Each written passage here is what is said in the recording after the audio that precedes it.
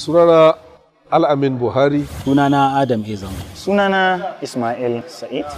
Sunana Mansur Ismail wanda aka fi sani da Mansur Makeup. Sunana Abba Kabugawa. Sunana Nura Hudu. Sunana Momi Gombe. Sunana Awal Diyaka.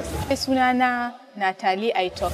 Sunana Baban Samina. To ita dai wannan harkar ta fim mu masu kwaikwayo ne ko kuma in ce muku arota muka yi.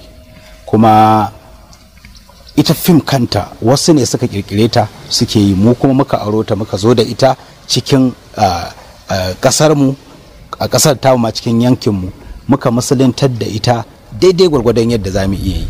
Amma idan aka bi ka'idan yadda ake yin fim bai dace da musulmi ba, bai dace kuma da bahaushe ba, saboda babu wani abu da za mu yi wanda za mu fi America ko India da suke yi. So don haka muna yin iya bakin kokarinmu ne, wanda hakan kuma yake kawo matsaloli tsakaninmu da mutanenmu, musamman malamai. Yanzu a ɗanyi abu za ka ji an fara wa'azi ana zagi ana cewa kaza da kaza da kaza. Abin ni ina gani kamar a nan shi mafita a nan a gurinmu da 'yan uwanmu masu kallo shi ne aka ce ba za ka san abu ba sai ka shiga cikinsa.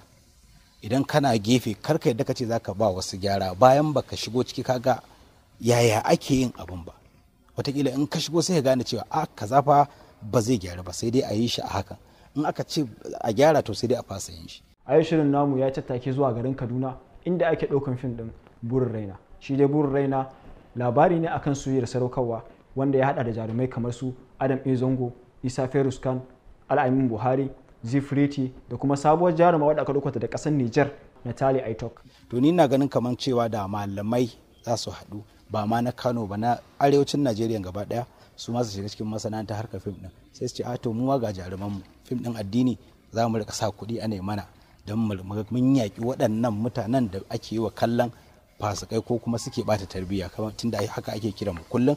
To a shigo ciki mana a zuba kuɗin sai su yi. Yanzu ni a matsayi ka ɗauke ni ka ce aya da Zango yana bata tarbiyya yana kaza yana kaza, idan ka ɗauko kuɗinka ka bani in fito a limamin Abuja, zan fito maka a limamin Abuja. To ina ruwanka da wancan ya bani ya ce in yi rawa, kai ka bani na fito a malami, kai ka yi gyara, wancan ya yi ɓarna, sai me.